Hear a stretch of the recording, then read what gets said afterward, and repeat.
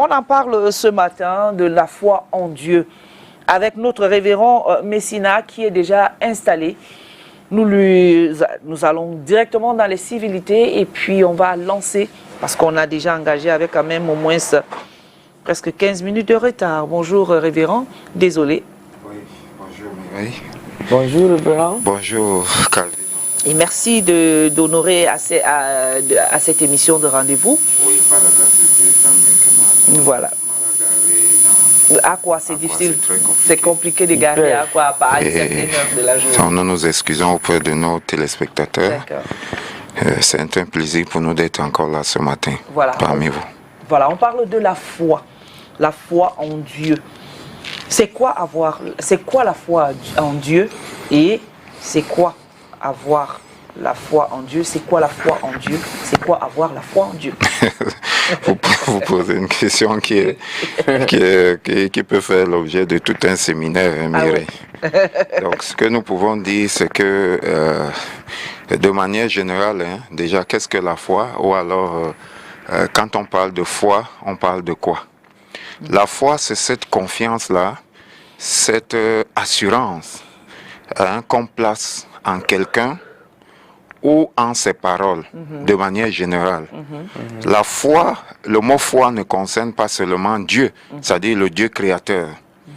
On peut avoir la foi en soi-même, on peut avoir la foi en quelqu'un d'autre, on peut avoir la foi, Et donc, de manière générale, quand on parle d'avoir la foi, il s'agit d'avoir cette confiance-là qu'on place en quelqu'un ou en ses paroles. Et c'est quelqu'un dont maintenant peut être un individu, une personne physique, ou alors une divinité, ou alors le grand Dieu, le Dieu créateur. Donc, étant établi ainsi, nous pouvons dire que la foi en Dieu évoque donc cette dépendance. Vous comprenez? Cette dépendance-là vis-à-vis, cette dépendance totale vis-à-vis de Dieu. Donc, on décide de dépendre de Dieu ou de ne pas dépendre de Dieu. Donc, quand on va parler de la foi en Dieu, on parlera donc de cette volonté, cette détermination volontaire de s'appuyer sur Dieu et sur ses paroles. Vous comprenez? Donc, de manière générale également, dans la Bible, pour revenir sur ce que c'est, ce que votre thème décrit, dans la Bible, dans le livre d'Hébreux, notamment au chapitre 11, la foi est définie comme 11, Hébreux 11. Cette ferme assurance des choses qu'on espère et une démonstration de celles qu'on ne voit pas. Donc c'est une ferme assurance des choses qu'on espère et une démonstration de ce qu'on ne voit pas. Dans cette définition, vous avez deux choses. Vous avez déjà la dépendance dont on a parlé, la dépendance totale et complète, l'assurance dont on a parlé, mais aussi il y a l'action qui se déploie en deuxième ressort. Donc, la foi est donc une action d'obéissance. La foi est une action d'obéissance à Dieu. Ici, nous parlons de la foi en Dieu. Donc, c'est une action d'obéissance à Dieu en réponse à sa parole ou à sa volonté.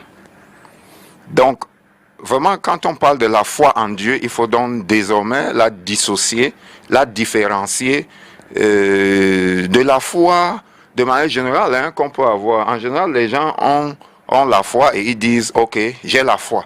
Mais est-ce qu'il s'agit de la foi en Dieu ou la foi en soi-même? C'est très important.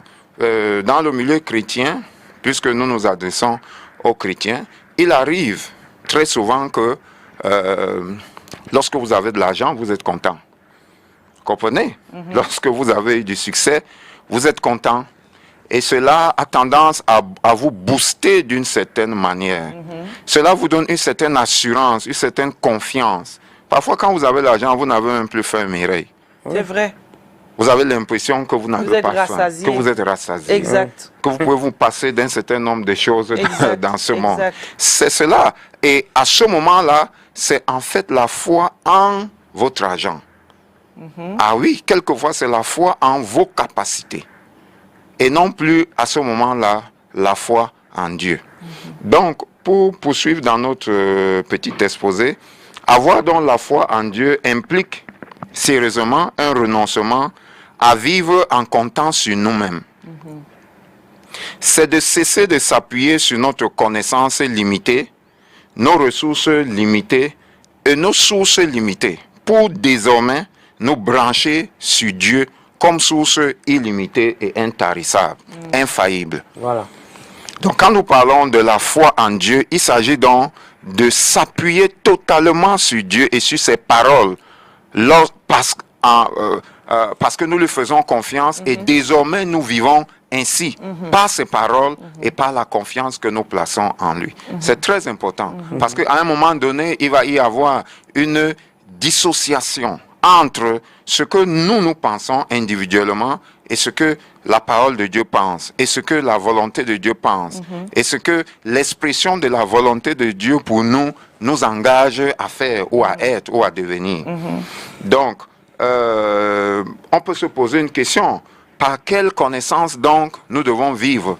Parce que nous avons dit tantôt qu'à un moment donné, il va y avoir une dissociation parce que nous connaissons des choses. Calvino connaît des choses, je connais des choses, nous connaissons des choses, nous sortons des cultures, nous sortons d'un certain nombre de cercles de socialisation où nous avons appris à faire certaines choses d'une certaine manière, à nous comporter d'une certaine manière. Et désormais, la foi en Dieu suppose que nous acceptons de nous détacher des vérités naturelles pour nous appuyer sur les vérités spirituelles.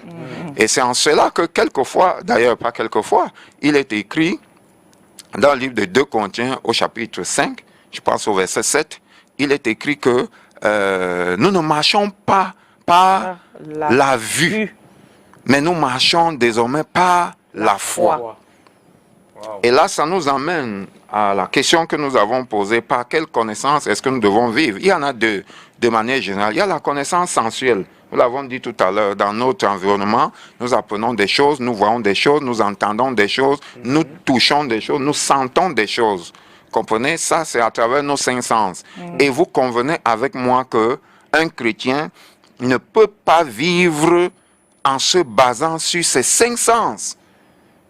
Ça, c'est aller à la dérive. En se basant uniquement sur ces 5 sens, c'est aller à la dérive, à la déperdition. C'est même en quelque sorte un suicide. Parce que ce que nous percevons toujours de nos 5 sens n'est pas la vérité. Ça peut être des faits, mais pas forcément une réalité spirituelle.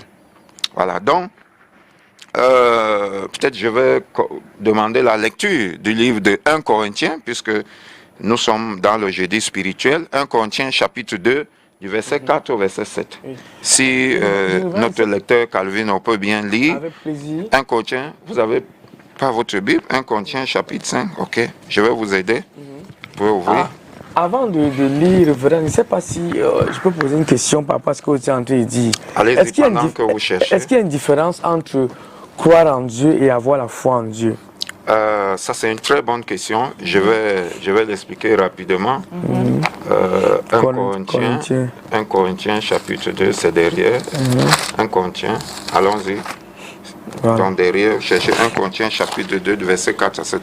Est-ce qu'il y a une différence entre croire en Dieu et avoir la foi en Dieu? Voilà. Ok, croire en Dieu participe de la foi que nous avons en Dieu. Croire en Dieu participe de la foi. En fait, c'est un même concept. Parce que, vous savez, quand on veut parler de ceux qui croient en Dieu, on parle des croyants.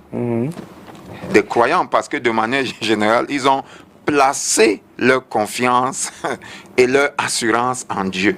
Et c'est ça la foi. Vous comprenez? Oui. Donc, on ne peut pas dire, par exemple, qu'on a la foi en Dieu et qu'on ne croit pas en Dieu, non. Parce qu'il y a des gens au quartier. En fait, ça va ensemble. Il y a des gens au quartier là qui. Tu demandes, tu crois en Dieu? Oui, je crois en Dieu. Dieu existe. Il se limite là. Oui. Il ne cherche pas Dieu. Il veut pas. Il est au quartier. Il vit sa vie mondaine. Oui. Justement, comme nous l'avons expliqué, croire en Dieu participe de la foi en Dieu. Croire en Dieu est contenu dans la foi en Dieu. Okay. Mais comme vous allez le voir, que ce soit dans le livre de Jacques, ou que ce soit dans certains autres livres, pour répondre à votre question, il est écrit que le diable lui-même croit en Dieu. C'est-à-dire qu'il sait que le Dieu supérieur existe. Voilà. Il sait que le Dieu Tout-Puissant existe, mais il tremble. Et cela ne suffit pas. Nous avons dit que avoir la foi en Dieu, c'est quoi? C'est deux choses. C'est-à-dire, c'est obéir à Dieu et à sa parole. Vous comprenez? C'est l'action qu'on met derrière l'obéissance qu'on a en Dieu et en sa parole. Donc, quand on croit, quand quelqu'un dit qu'il croit en Dieu, il ne peut pas s'arrêter là. Il doit avoir des actes. Donc, la foi doit être suivie des actes voilà, qui prouvent que nous avons placé notre confiance en Dieu. Donc, si on peut lire 1 Corinthiens. 1 Corinthiens chapitre 2. Chapitre 2, verset 4 et 7. Ok. 1 Corinthiens chapitre 2, verset 4 à 7. Voilà, on dit: ma parole et ma prédication ne reposaient pas sur les discours persuasifs de la sagesse, mais sur une démonstration d'esprit et de puissance, afin que votre foi ne soit pas fondée sur la sagesse des hommes, mais sur la puissance de Dieu. Cependant, c'est une sagesse que nous prêchons parmi les parfaits, sagesse qui n'est pas de ce siècle, ni des princes de ce siècle, qui vont être réduits à l'impuissance. D'accord. Si on s'arrêtait là, ça dit que notre foi ne peut pas reposer sur la sagesse ou alors la sagesse humaine, ou sur les discours persuasifs de la sagesse humaine. Cela n'est pas possible parce qu'il s'agit de la parole de Dieu qui nous inspire et sur laquelle nous nous appuyons pour croire en lui. Voilà. Donc il y a donc désormais un gap qui existe entre ce que Dieu va penser et ce que les hommes vont penser. C'est la raison pour laquelle nous devons nous appuyer toujours sur ce que Dieu pense. Donc la foi, nous allons peut-être le voir plus loin, la foi donc relève et vient de ce que nous entendons. Voilà. De la parole de Dieu. Donc parce que nous entendons, n'oublions pas la définition de la foi, c'est-à-dire la confiance qu'on place en quelqu'un ou en ses paroles. Donc quand nous entendons Dieu parler, cela procure en nous la confiance que nous plaçons en lui pour marcher comme il demande. En fait, c'est ce que cela signifie. La foi vient de ce qu'on entend, et ce qu'on entend venant de la parole de Dieu. Ça, c'est Romains chapitre 10, verset 17. Voilà. Donc, vous comprenez. Donc, j'ai déjà cité 2 Corinthiens, chapitre 5, verset 7, qui dit que, on peut voir la différence qu'il y a entre la sagesse humaine ici et la sagesse de Dieu. Sur quoi est-ce que nous allons placer notre foi? Est-ce que c'est sur nos sens? Est-ce que c'est sur nos raisonnements humains? Parce que beaucoup de gens aujourd'hui disent que non. Beaucoup de chrétiens même, hein? Il y a beaucoup de chrétiens qui disent non, moi je fais ce que je vois ou alors je ne peux pas aller au-delà de ce que je vois. Il y a telle chose que je vois, comment on peut me dire de faire? Non. Ça, c'est une erreur parce que nous voulons vivre selon la chair. Si nous voulons vivre selon la chair, nous n'allons pas être agréables à Dieu. Hébreux au chapitre 10, verset 38 dit clairement que mon juste vivra par la foi. Ou en d'autres termes, par sa foi. Et s'il se détourne, mon âme ne prend point plaisir en lui. Cela veut dire que pour être agréable à Dieu, il faut vivre par la foi, c'est-à-dire compter totalement sur lui. Dieu. Et quand on dit compter sur Dieu, cela ne veut pas dire que nous devons rejeter nos forces et nos aptitudes. Non, c'est plutôt que nous ne devons pas nous appuyer comme fondement sur nos forces et nos aptitudes. Mais en comptant sur Dieu, il peut nous permettre de valoriser nos forces et nos aptitudes suivant le canal, l'orientation de la parole que nous avons reçue de lui. C'est très important. C'est très important. Je prends un exemple. Un exemple pratique. Vous êtes peut-être un professionnel, comme vous êtes ici. Je prends un exemple. Vous avez des capacités qui peuvent vous permettre d'exceller dans un domaine ou dans un autre. Mais il y a ce qu'on appelle la volonté parfaite de Dieu pour vous. Il y a l'appel de Dieu pour vous. Il y a le target, le but que Dieu a assigné à votre vie. Donc, par exemple, vous avez la capacité d'être médecin. Mais Dieu veut que vous soyez, que dirais-je, journaliste ou autre chose.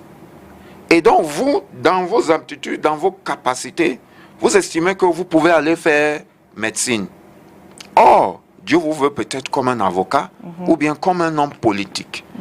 Vous comprenez? Oui. Et donc, à ce moment-là, la foi demande que vous vous appuyez sur ce que Dieu dit et que vous valorisiez ces capacités, ces aptitudes, hein, ces compétences que vous avez à l'intérieur de vous qui feront de vous donc cet homme politique ou cet avocat ou ce, je sais plus trop quoi, vous comprenez, ou ce journaliste. Voilà la foi. À ce moment-là, vous serez agréable à Dieu.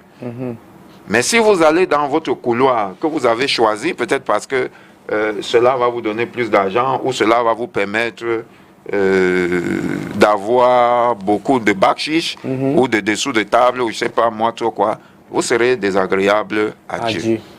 Donc, tout à l'heure, j'ai cru vous entendre dire qu'il y a différents types de foi. Et je ne sais pas si ça existe. Je ne sais pas si vous pouvez nous dire quel type de foi il existe en Dieu, et si c'est en Dieu ou pas. Non, pas en Dieu. Nous avons dit clairement que la foi définissait là de manière générale. On peut avoir la foi en soi-même. De manière générale, quand on parle de foi, on ne parle pas toujours de la foi, on ne parle pas toujours de Dieu. C'est pourquoi votre thème parle de la foi en Dieu. Okay. Et c'est de cette foi-là dont nous parlons. Nous ne parlons pas de la foi en soi-même ou en une autre divinité. Il y a des gens qui ont la foi en leur divinité. Vous comprenez? Il y a des gens qui pensent que leur Dieu, c'est le crâne de leur ancêtre qui est décédé depuis 500 ans ou 300 ans ou 20 ans. Et ils placent leur foi en cette chose-là. Vous comprenez? Il y a des gens qui placent leur foi en d'autres entités. Mais toujours est-il que il y a ce qu'on appelle la foi en Dieu, c'est-à-dire le Dieu créateur de toutes choses, de toute chair. Parce qu'avant votre ancêtre, Dieu existe. Et c'est en lui qu'il faut placer notre confiance pour qu'il nous aide donc à vivre. Parce que, je vous le dirai encore, qui peut le plus, peut le moins. On le dit ainsi de manière générale. Donc, si votre ancêtre est capable de, encore comme état entre parenthèses, de vous protéger ou de vous donner la prospérité, Dieu le peut encore davantage. Vous comprenez? Donc, il vaut mieux aller à la source, comme nous avons dit, à la source de toutes les ressources que d'aller vers des choses qui n'honorent pas Dieu. Parce que si elles n'honorent pas Dieu, Dieu nous le redemandera au dernier jour. D'accord. Donc, voilà. Je voulais poursuivre mon exposé. Parce que je vais prendre compétent en disant que ce qui est bien avec Dieu, c'est que pour les ancêtres, là dont le Véran dit, avec eux, tu es un peu conditionné. Tu fais, c'est bon. Tu ne fais pas, on te frappe. Oh, Dieu te laisse libre choix. Bon, exactement, ça c'est parfaitement dit. Donc ça, c'est le mode d'opération de l'ennemi, de nos âmes, de Satan. Lorsque vous faites, c'est bon, vous ne faites pas, il vous frappe, et il vous frappe très mal. Donc, nous voulons parler également, pour poursuivre, de quelque chose qui est fondamental. Quand on parle au milieu de la foi chrétienne, dans la foi chrétienne, quand on parle quand on parle de la foi en Dieu, la foi en Dieu se fixe sur certaines bases. Comprenez? La foi en Dieu est ancrée sur certaines réalités. Il y en a trois principalement. La première, c'est la nature de Dieu. Comprenez? Parce que même de manière générale, de manière humaine, vous ne pouvez pas faire confiance à quelqu'un qui est incertain, quelqu'un dont les émotions sont instables. Vous comprenez? Quelqu'un qui ne dit pas toujours la vérité, dont la moralité est douteuse. Non, vous ne pouvez pas placer votre confiance en une telle personne. Donc, Dieu spécifiquement, lorsqu'on parle de la foi en Dieu, il y a ce premier élément qui est la nature de Dieu. Dans la nature de Dieu, nous savons que Dieu est immuable, premièrement. Ça dit que Dieu ne change pas, il ne varie pas, il est invariable. Vous comprenez? Dieu est invariable, premièrement. Ça veut dire que si vous avez laissé Dieu ici, vous revenez dans 50 ans, ce sera le même Dieu. Dans 2000 ans, ce sera le même Dieu. Puisqu'il est éternel, il ne varie pas. dans le livre de Jacques, au chapitre 1, verset 17, nous dit qu'en lui, il n'y a pas de changement ni d'ombre de variation. Il ne varie pas. Donc, ça c'est le premier point. J'ai dit qu'il y a 3 points. Et dans le premier point, où on parle de la nature de Dieu, il y a ce petit A, si vous voulez, qui est Dieu est immuable. Deuxièmement, Dieu est vrai, il ne ment point. Vous comprenez? Dans le livre de Nombres, par exemple, chapitre 23, verset 17, il nous est dit clairement que Dieu ne ment pas.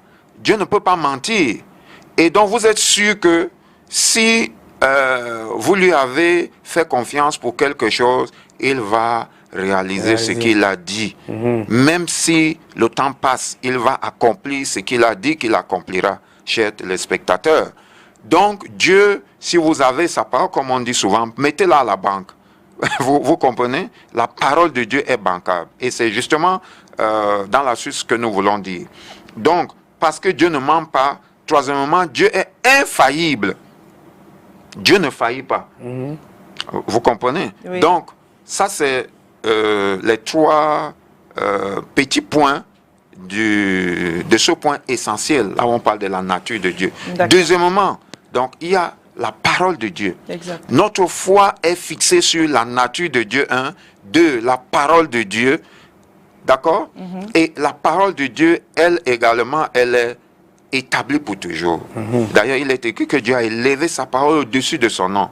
Il dit que le ciel et la terre passeront, mais ses paroles ne passeront pas. Ne passeront pas. Vous comprenez? Si Dieu a dit quelque chose, je vous assure, prenez tout le temps que vous voulez prendre, cette chose-là tiendra. J'ai l'habitude de dire l'État, nos États, l'État, c'est-à-dire que dans son fonctionnement, l'État est comme Dieu. Je n'ai pas dit le gouvernement, je n'ai pas dit le régime, je parle de l'État. Ceux qui connaissent bien la science politique me comprennent. L'État en lui-même, il a les qualités de Dieu. C'est-à-dire, si l'État a prévu un projet d'un échangeur en Dokoti, nous sommes à Douala, ici au Cameroun, Alléluia. et que vous êtes venu construire à cet endroit-là, prenez 30 ans, soudoyez les maires, soudoyez les préfets, les gouverneurs. Écoutez, faites tout ce que vous voulez, construisez un immeuble R+50 à cet endroit. Un jour, l'État va se réveiller. L'État est un monstre froid. Un jour, il va se réveiller et remettra la norme là où elle doit être. J'aime ça. Donc, c'est comme ça que Dieu est. Vous comprenez? Dieu, vous pouvez penser de tout ce que vous voulez de Dieu. Un jour, Dieu rétablira les choses. Amen. Et cela commence très souvent lorsqu'il met sa parole en mouvement, elle exécute ce pourquoi il a envoyé. Dans Ésaïe 55, il est clairement dit, de même que les pensées des hommes sont, de même que le ciel est éloigné de la terre, ainsi les pensées des hommes sont éloignées de celles de Dieu. Et il dit que sa parole ne retourne pas à lui, qu'elle n'ait accompli le but pour lequel elle a été envoyée. De même que la pluie ou la neige ne descendent pas du ciel sans avoir arrosé la terre, fait germer la semence et donné au semeur du pain pour sa nourriture. La parole de Dieu est infaillible. Clair. Donc, la troisième chose sur laquelle nous pouvons, sur laquelle notre foi en Dieu est fixée et ancrée, c'est l'œuvre rédemptrice de Christ à la croix. L'œuvre que Christ a accomplie à la croix. Je voudrais faire une parenthèse. Chers téléspectateurs, ne vous laissez pas tromper par les vents qui soufflent là-dehors, les écoles de pensée, les commentaires, les délations que les gens font sur le Christ. Vous avez des gens qui disent aujourd'hui que Jésus-Christ n'a jamais existé. Jésus-Christ n'a jamais marché sur la terre. Que historiquement, il n'y a pas de texte qui parle de Jésus. S'il vous plaît,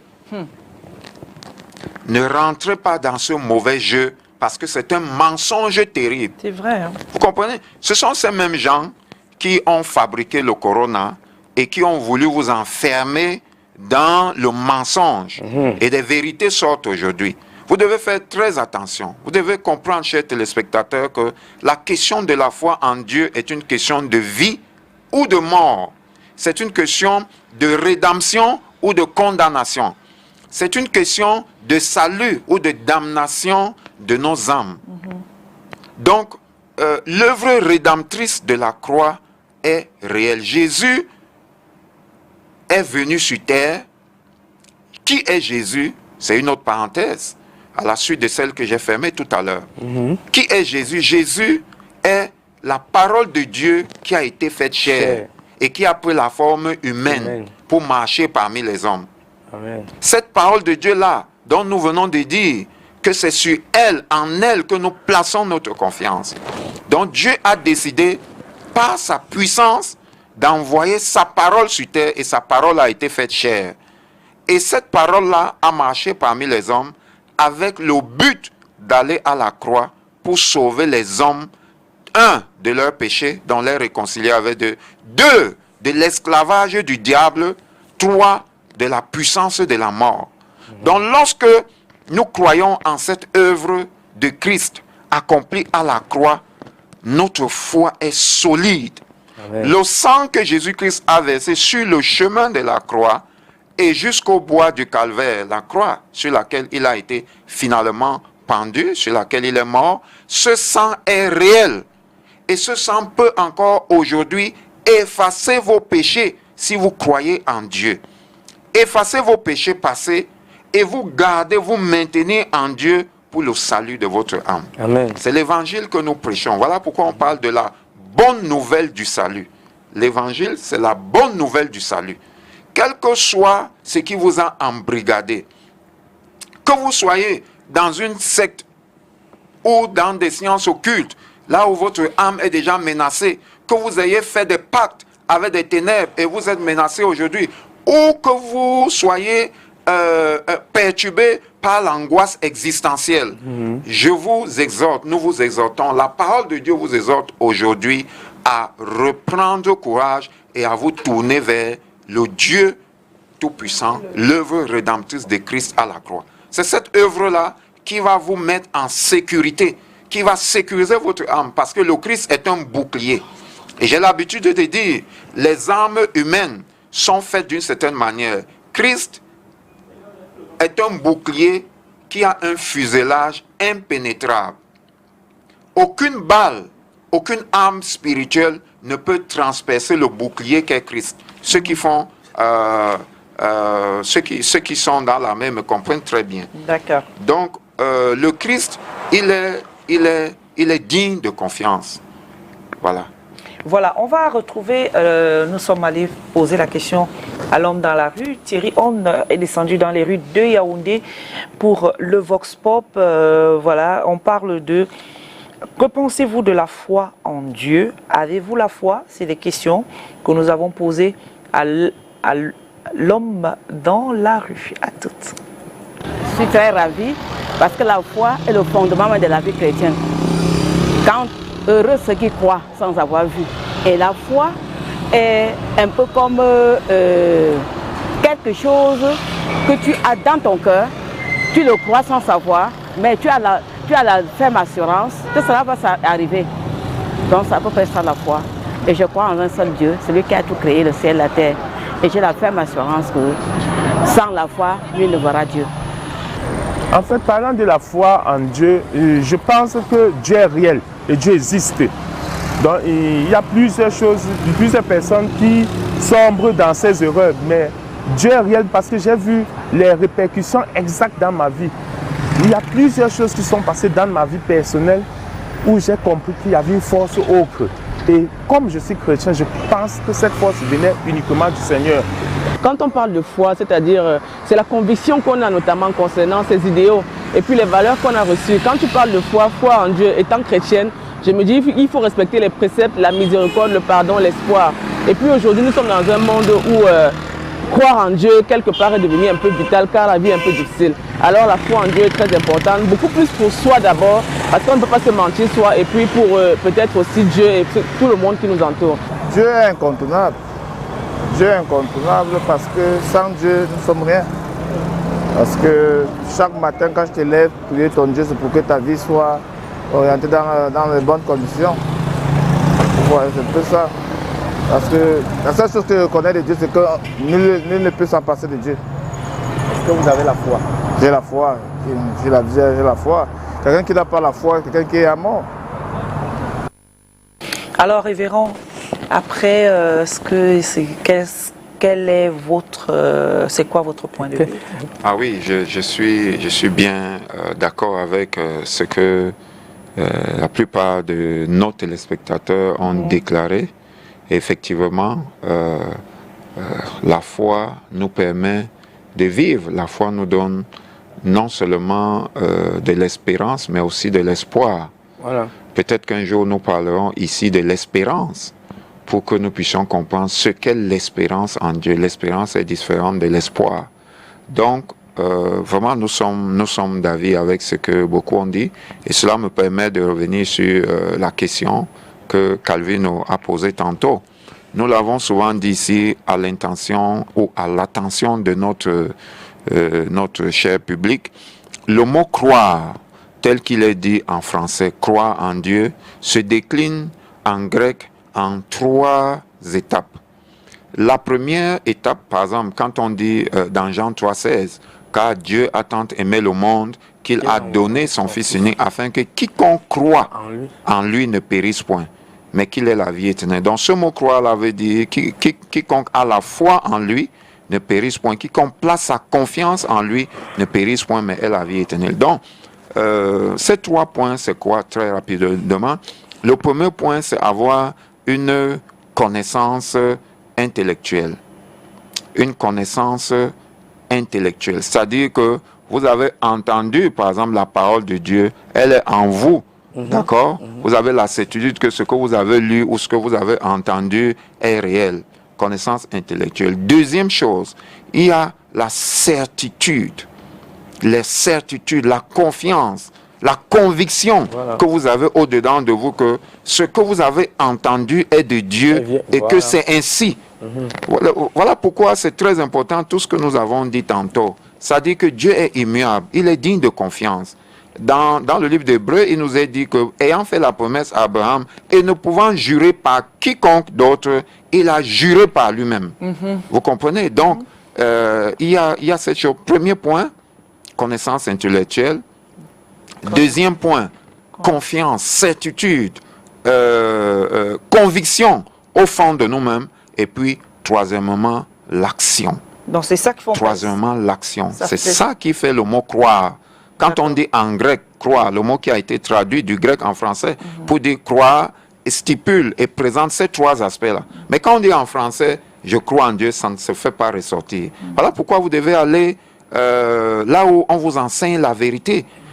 Voilà pourquoi les brebis ont besoin d'un pasteur, c'est-à-dire d'un berger qui les éclaire. Quelqu'un à l'antenne, bonjour, bonjour monsieur, on vous appelle comment? Vous appelez d'où? Monsieur, bonjour. Oui, à Mfou, je suis à la ville de Mfou. Ok, depuis Mfou, nous vous écoutons, allez-y. Oui, je disais que je parle de la foi. Vous ne pouvez pas avoir la foi en Dieu. D'abord, la foi est une confiance aveugle. Quand on parle de foi, c'est que tu as une confiance aveugle. C'est bien des choses. Et vous ne pouvez pas avoir la foi en Dieu si vous n'avez pas une expérience vivante avec Dieu. Donc, il faut un contact. Je ne peux pas avoir foi en toi si je n'ai pas une expérience vivante avec Dieu. Donc, si les gens n'ont pas la foi en Dieu, c'est parce que selon les Écritures, la Bible dit, s'il n'y a pas une nouvelle naissance, tu ne peux pas connaître Dieu. Donc, il faut une nouvelle naissance. Et c'est quand on est né de nouveau qu'on peut voir, qu'on peut comprendre et qu'on peut avoir foi en Dieu. Donc, sinon, on ne ferait que de la littérature, on ne ferait que rien que parler. C'est ce que je voulais dire en quelques mots. D'accord. Merci, cher ami téléspectateur d'Info. Je voudrais nuancer quelque chose dans ce que vous avez dit pour dire que la foi vient avant la nouvelle naissance. Jésus dit, afin que quiconque croit en lui ne périsse point, mais ait la vie éternelle. Si vous n'avez pas de foi, vous ne pouvez même pas arriver à la nouvelle naissance. C'est parce que vous avez de la foi en ce que Dieu a dit, vous placez votre confiance en ce que vous avez entendu de Dieu, que vous allez lui confier votre vie. Vous soumettre à lui pour que la vie qu'il a donnée par la mort de son Fils à la croix soit capable d'entrer en vous, que vous obteniez la vie éternelle. Voilà pourquoi dans le livre de 1 Jean chapitre 5, si vous lisez verset 12, verset 13, vous allez voir que celui qui a la vie éternelle, sinon celui qui croit que Jésus est de Dieu, ou que Jésus est Seigneur, ou que si vous voulez, mettez tout ce que vous voulez à cet endroit. Vous comprenez? Le roi. Donc, la vie éternelle nous vient parce que nous avons d'abord cru en lui. Et en cela, il est dit que Dieu a répandu non seulement son amour dans nos cœurs, mais Dieu a départi à chacun d'entre nous une mesure de foi. Et dans le livre de Romains au chapitre 1er, si vous lisez chapitre 1er, chapitre 2, vous allez voir que d'où vient cette foi qui nous permet de naître de nouveau? C'est la création. Par exemple, vous comprenez? La création tout entière nous fait voir que non, il y a un créateur dans les cieux. Les œuvres de Dieu, les témoignages que nous entendons dans les vies des uns et des autres, la parole de Dieu que nous disons, c'est pourquoi le téléspectateur d'Info a dit clairement qu'il faut avoir une expérience vivante avec Dieu. Voilà. Donc cette expérience-là, c'est elle qui vous conduit à croire davantage en ce que Dieu dit pour que vous lui confiez votre vie. Voilà. Hein? C'est ça qui conduit à la nouvelle naissance. C'est la nuance que je voulais faire. Merci. Vraiment, Super. c'était très, très enrichissant. Et puis moi, j'ai beaucoup aimé quand on parle de la foi. Je connais quelqu'un, téléspectateur gabonais, qui disait que c'est un très bon sujet. Mais c'est complexe aussi en même temps. Hein, quand il est vraiment grâce que je voulais aussi savoir le rapport entre la foi et la raison. Il est 11h55 minutes. Tu pourras poser la question. La semaine prochaine. On revient avec le même thème encore? Oui, puisqu'il y a des questions. Par exemple, le téléspectateur du Gabon, il peut intervenir ou nous écrire spécifiquement ce qui pourrait enrichir notre échange la semaine prochaine. La semaine prochaine, nous reviendrons avec le thème La foi en Dieu, partie 2. Puisque nous sommes même dans la semaine justement j'aurais peut-être souhaité qu'on parle des actions de grâce parce que nous sommes dans le mois de la reconnaissance. Nous allons toucher quelques mots sur les actions parce que si on n'a pas la foi en Dieu, on ne peut pas faire action de grâce. Ce sera éphémère. C'est parce qu'on a confiance en Dieu. On va conclure et puis on va engager dans les actions de grâce. Comme vous voulez, je suis à votre disposition par la grâce de Dieu. Alléluia. Que Dieu bénisse le Cameroun, que Dieu bénisse nos dirigeants et leur donne la sagesse de conduire le bateau Cameroun à bon port. Merci beaucoup.